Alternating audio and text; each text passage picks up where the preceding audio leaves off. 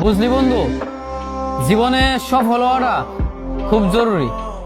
কারণ সবসময় দেখলাম পরিবারের মানুষ থেকে শুরু করে আত্মীয় স্বজন, ভাই ব্রাদার সবার কাছেই সফল না হইলে কোনো দাম নাই।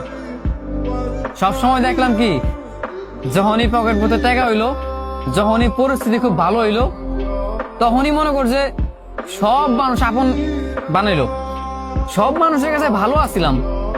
কিন্তু যেই দেখলাম পকেটটা শূন্য, প্রতিষ্ঠিত হইতে পারলাম না, নিজের এখনো সাকসেস দিতে পারলাম না, সব জায়গায় যখন ব্যর্থ দেখলাম, সেই মুহূর্তে দেখলাম যে পরিবারের মানুষ থেকে শুরু কইরা ভাই ব্রাদার বন্ধু বান্ধব সব মানুষই, সবার কাছে আমি পর।